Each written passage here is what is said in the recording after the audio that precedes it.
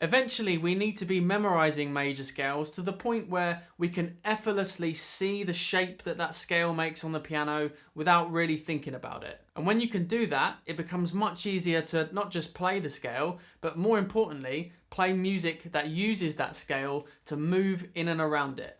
Okay, so in a bit, I'm going to give you a helpful order for you to start learning your first few major scales. And with that, there's a handy shape trick I've not talked about before on the channel I think you're going to find really helpful. Then at the end, I've got a few other tips and things to try too. But to start with, there's a really simple way you can practice scales with the aim of memorizing them that works really well with my students, but I never really hear anyone talking about it. As beginners, as well as your normal scale practice, where there's often a big focus on getting your technique really good, trying to play hands together, playing in perhaps more than one octave or trying to get faster. We should also have a separate practice without being bogged down by that stuff, where we can keep our learning goal completely focused on memorizing the scales, finding those scale shapes quickly, and there's a few simple steps to do that. As always, when we practice smart and be organized with it, we get much better results. Number one, for now, for this, you want to play the scale just one octave, and you want to go up and down at a really,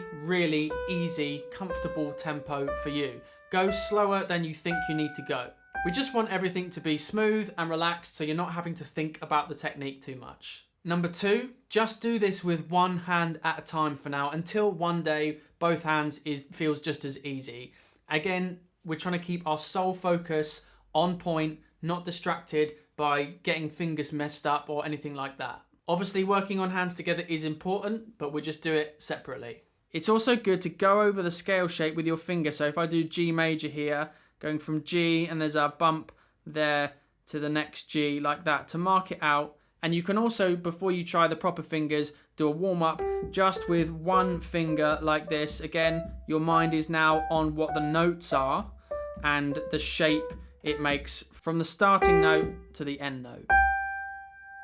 Number three, importantly, there's no need to try and learn a whole bunch or all of the major scales in one go. We want to start off, at least with your memory practice, just one and then two scales, and then three scales, and then four scales, and you can only add a new one on once you've got the previous ones confident. Otherwise, we're just overloading our brain and it's too much to manage and it doesn't stick.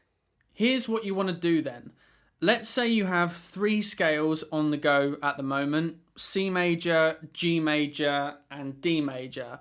Well, play those three scales one after the other, and you can loop it round however many times you want. Have a few goes on C major, then move on, have a few goes on G major, then move on, have a few goes on D major. And at some point you could do less on each. You could get down to just doing one of each and looping it around. Now, apart from getting the right fingers, don't sit there trying to get everything perfect like you would if you were practicing just one scale at a time and focusing on your technique. It needs to not be a complete mess, obviously, but if it's a little rough around the edges, don't worry. When you only practice each scale one at a time, spending ages on each one to get it perfect, it's quite common that by the time you get back around to the first one again, you've forgotten it and you get them mixed up. The important thing about this type of practice is that it's specifically targeting working on how many different scales that you can manage. Being able to go straight into finding that new scale, really practicing that quick recall, so these scales eventually become like familiar everyday vocabulary, just on the tip of your tongue.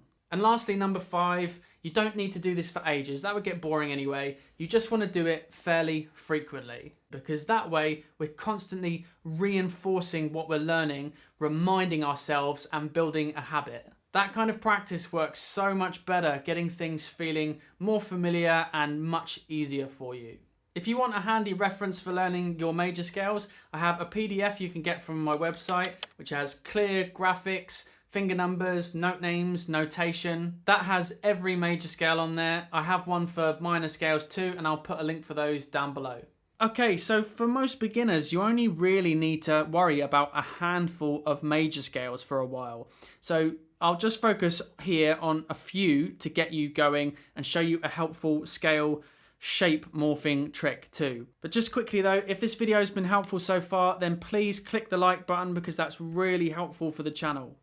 If we look at C major, G major, D major and A major in that order specifically, this order actually comes from something called the circle of fifths. Don't worry if you haven't heard of that. That doesn't actually matter right now. I'm going to go over that in some videos in the future. Now this is a good order to start working on things first because they all use the same fingerings in both hands. In this order, they progressively add one new black key each time. After C, G major has 1 sharp, and then D has 2 sharps, and then A has 3 sharps. That's immediately building you up progressively to handling the slightly more wavy and confusing shapes where you can get lost easier, but it gets better.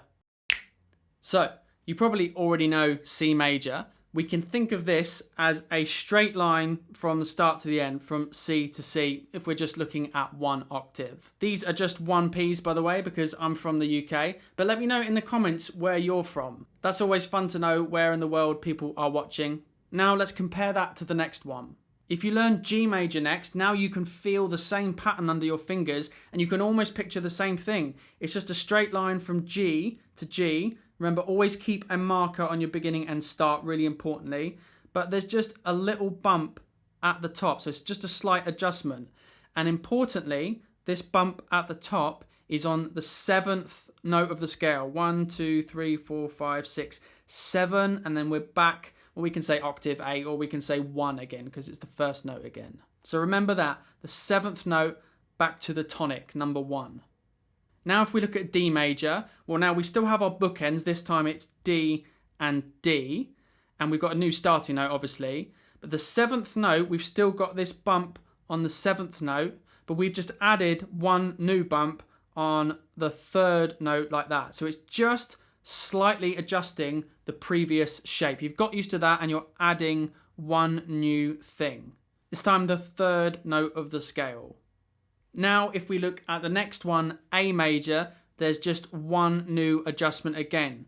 We've still got the bump on the 7th note and the 3rd note, but we've added 1 more on the 6th note of the scale. 1, 2, 3, 4, 5, 6. So this bit of the scale is exactly the same shape as the previous key D, and this one's almost the same. Instead of going white here, we've just got another black note there.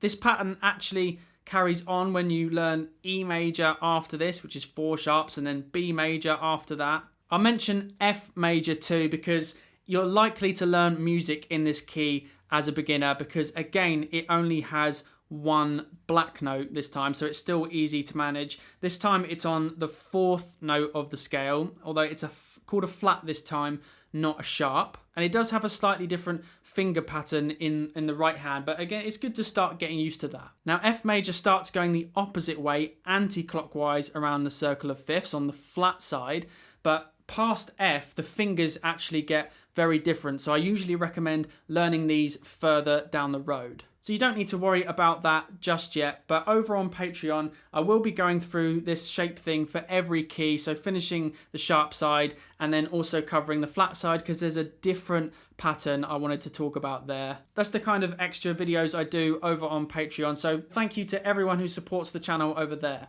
So there's a few other tips and things I want to tell you about which can also really help you get super familiar with your major scales and using them. It's really helpful to actually understand the pattern of how a major scale is built, and I have a bit of a unique way of picturing that in 2 simple blocks, like chunks of notes, which I think is a better way to picture them faster.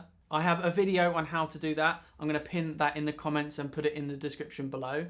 If you're working on 1 new particular scale, 1 new key, it's really helpful to learn a good few bits of music in that key in one go to start getting familiar. So you could do a few bits in D major, for example, and then learn the next few pieces in A major to get used to that key. Now we can make this a bit more fun as well. You can practice some simple improvisation in a major scale. It doesn't need to sound amazing. You're just getting used to, well, using your ears, but also locking inside that shape and getting familiar with the different areas of that scale. But it doesn't have to be improvisation. You can just kind of experiment with it and perhaps create a song in that key. Just have some fun with it because you're exercising your musical muscles at the same time as getting familiar with the key, and it doesn't feel like you're practicing. Learning the chords of the key as well. I've got videos on that, the theory and a way to practice that. Again, I'll put links down below in the description so you can find them easily.